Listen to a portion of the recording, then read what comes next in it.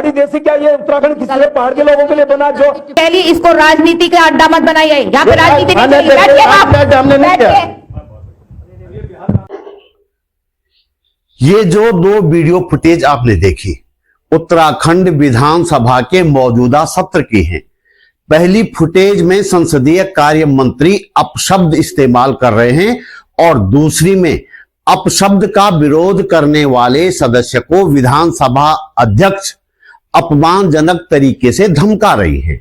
विधानसभा में ऐसी बेशर्मी के प्रमुख कारणों पर हम इस वीडियो में बात करने वाले हैं। यह भी जानने की कोशिश करेंगे कि विधानसभा में गाली गलौज करने की हिम्मत कहां से मिली।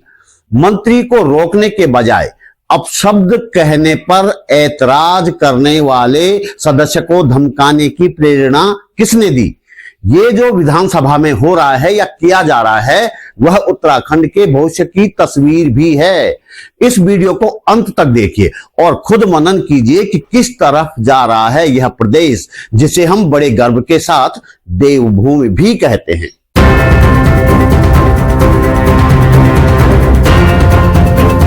नमस्कार, बात बोलेगी चैनल पर आपका स्वागत। मेरा नाम है त्रिलोचन भट्ट और मैं करता हूं जन सरोकारों की बात।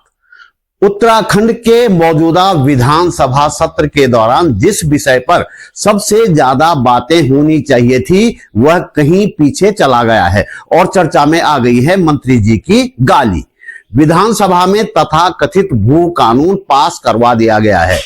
इस कानून की बड़े दिनों से चर्चा हो रही थी।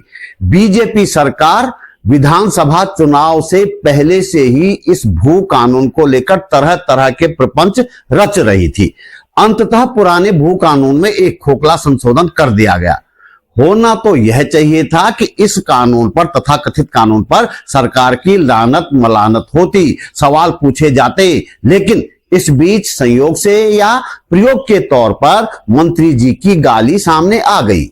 इस पर सत्ता पक्ष, विपक्ष और आम जनता के बीच जो हो रहा है उस पर भी बात करनी जरूरी हो गई है। आगे बढ़ने से पहले आपसे एक बात कहनी है। आप महसूस करते हैं कि इस वीडियो को बनाने में थोड़ी बहुत मेहनत की गई है और आपको इससे कुछ काम की जानकारी मिली है तो लाइक, कमेंट के साथ शेयर भी करें। हमारे पास इनकम का कोई जरिया नहीं है, इसलिए यदि आप समर्थ हैं और चाहते हैं कि ये चैनल चलता रहे तो अपनी जेब खर्च में से एक छोटी सी राशि निकालकर आर्थिक सहयोग अवश्य करें। आप YouTube पर वीडियो के नीचे ज्वाइन बटन पर जाकर या सुपर थैंक्स पर जाकर मेरा सहयोग कर सकते हैं। डिस्क्रिप्शन में बैंक डिटेल भी है। सहयोग देने के लिए कपिल डोभाल जी, अनिकेत नौटियाल जी, समदर्शी बड़तवाल जी और KS रावत जी का मैं आभार प्रकट करता हूं। 2018 में उत्तराखंड सरकार ने भू कानून में एक ऐसा बदलाव कर दिया था जिसके बाद इस राज्य की जमीनें तेजी से धन्ना सेठों ने खरीदनी शुरू कर दी। इसके बाद राज्य में एक सशक्त भू कानून की मांग उठने लगी थी। अचानक कुछ लोगों ने इस राज्य में मुसलमानों की संख्या बढ़ने का शिगोफा छोड़ दिया और कहा कि मुसलमानों से उत्तराखंड को बचाना है तो भू कानून जरूरी है। बात इतने में भी नहीं बनी तो मैदानी और पहाड़ी का शिगोफा छोड़ दिया गया। यह देशी पहाड़ी यानी कि गैर पहाड़ी और पहाड़ी का विवाद आखिरकार विधानसभा तक पहुंचा दिया गया, जबरन, वह भी विधानसभा जैसी जगह पर वर्जित माने जाने वाले शब्दों के साथ। जरा सुनिए संसदीय कार्य मंत्री प्रेमचंद अग्रवाल क्या कह रहे हैं। इसी में बात हो जाए ना, कोई बात है क्या? मतलब पहाड़ी देसी क्या ये उत्तराखंड किसी पहाड़ के लोगों के लिए बना जो, और पहाड़ में है कौन? कोई मध्य प्रदेश से आया, कोई राजस्थान से आया, कोई कहीं से आया। मैं मानता हूं कि ये जो शब्द मंत्री जी ने बोला वह जानबूझकर नहीं बोला होगा, अनायास उनके मुंह से निकल गया होगा। लेकिन यह अनायास मुंह से निकलना यह तो बताता ही है कि उनकी बोलचाल की भाषा का स्तर क्या है और उनके संस्कार कैसे हैं। यह पहला वाकया नहीं है जब प्रेमचंद अग्रवाल जी ने इस तरह की घटिया हरकत की हो। इससे पहले सड़क पर एक व्यक्ति के साथ मारपीट करने का उनका वीडियो हम देख चुके हैं। वे सरकार में होने का लाभ उठाकर अपने बेटे और बेटी को सरकारी नौकरी लगवाने की नाकाम कोशिश कर चुके हैं। दूसरों की योग्यता पर डाका डालकर, दूसरे के अधिकारों पर डाका डालकर। जब बेटे को 18,000 की नौकरी दिलाने की उनकी ख्वाहिश पूरी नहीं हुई तो उस बेटे के लिए अब करोड़ों का होटल बनाया जा रहा है। होटल बनाने के लिए हजारों बेशकीमती पेड़ काटने का भी आरोप है।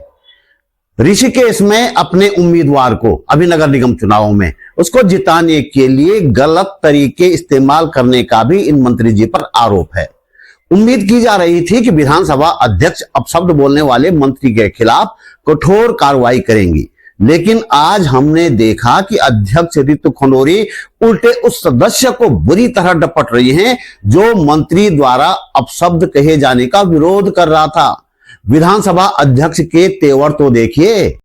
मैं उसमें कोई एतराज नहीं है। बैठिए। आप इस केस में भर दीजिए किसी को, लेकिन मैं ये कह सकता हूं कि आप पहाड़ की आवाज को नहीं दबा सकते, पहाड़ की पीड़ा को नहीं दबा सकते। आप कैसे गाली दे सकते? आपने बोल लिया अपनी बात। हमें तो बैठिए बाप, आपने अपनी बात कह ली, इसको राजनीति का अड्डा मत बनाइए। यहाँ पे राजनीति नहीं चलेगी। बैठिए बाप, हमने नहीं किया। बैठिए। वो तो 3 घंटे लाइट बंद कर दी थी इसलिए जी। आपने जब अपनी बात कह ली और मैं आपको कह रही हूं बैठने के लिए, ये भाषण देने की जगह नहीं है।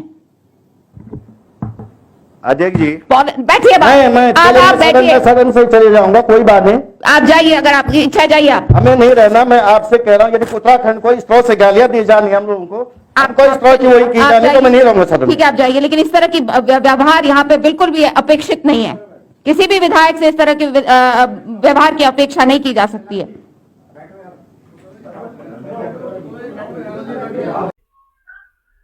विधानसभा अध्यक्ष अपने आसन से खड़ी होकर और लगभग चीखते हुए कह रही हैं कि विधानसभा को राजनीति का अखाड़ा मत बनाओ, ये भाषण देने की जगह नहीं है।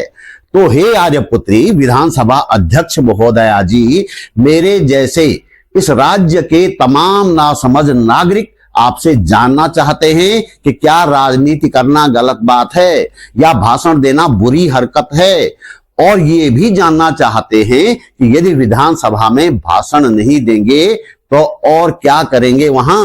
क्या सिर्फ गालियां देंगे जैसे कि मंत्री जी ने दी, या फिर विधानसभा में हवन यज्ञ और भजन कीर्तन करेंगे? मतलब क्या करेंगे विधानसभा में? हम यह भी जानना चाहते हैं कि राजनीति और भाषणों से आपको इतना परहेज क्यों है महोदया? राजनीति आप भी कर रही हैं और आपके पिता ने भी की। भाषण आप भी देती रहती हैं और आपके पिताजी भी देते थे। फिर राजनीति और भाषणों से आपको इतनी एलर्जी क्यों, कब और कैसे हो गई मैम? हम जानना चाहते हैं। हमें यह भी जानना चाहिए कि प्रेमचंद अग्रवाल को इस तरह की टिप्पणी करने की हिम्मत कहां से मिली?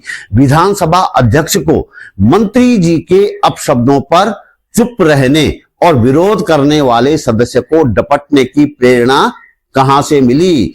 क्या इन लोगों को डर नहीं लगता कि इस तरह के कार्य करके आने वाले चुनावों में उन्हें और उनकी पार्टी को नुकसान हो सकता है? इस सवाल का जवाब है नहीं।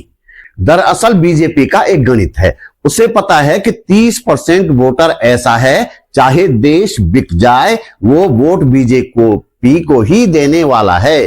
कांग्रेस के भी कुछ ऐसे पक्के वाले वोटर होते हैं।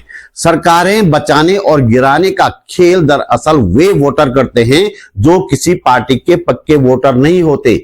बीजेपी की नजर लगातार इन वोटरों पर होती है, कभी मोदी के नाम पर तो कभी मुसलमानों का डर दिखाकर और कभी धर्म और जाति के नाम पर इन वोटरों को साधने में जुटी रहती है बीजेपी और आरएसएस। यदि ये वोटर सध जाए तो ठीक है, और नहीं सधे तो बीजेपी चुनाव में एक जयचंद सामने लाती है, उसके चुनाव में खूब पैसा खर्च करती है। वह ऐसा जयचंद होता है जो करता तो बीजेपी का विरोध है, लेकिन काम उसका बीजेपी को फायदा पहुंचाना होता है।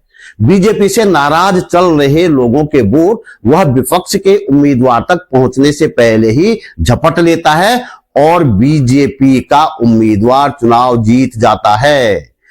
ये बात लाला प्रेमचंद अग्रवाल भी जानते हैं और रितु खंडूरी भी। वे जानते हैं कि वे कुछ भी कहें और कुछ भी करें, जीत तो भविष्य में उन्हीं की पार्टी की होनी है। यही वजह है कि न तो प्रेमचंद अग्रवाल अपशब्द कहने में कोई संकोच करते हैं और न विधानसभा अध्यक्ष उन्हें बचाने में, उनका बचाव करने में कोई कोर कसर बाकी छोड़ती हैं, बल्कि अपशब्द का विरोध करने वाले सदस्य को अपमानित करने से भी गुरेज नहीं करती। तो दोस्तों, इस वीडियो में इतना ही। मेरा चैनल सब्सक्राइब करें, फेसबुक पेज फॉलो करें, बातबोलेगी.com भी देखें। जल्दी मिलते हैं एक और मुद्दे के साथ, एक और वीडियो में। नमस्कार।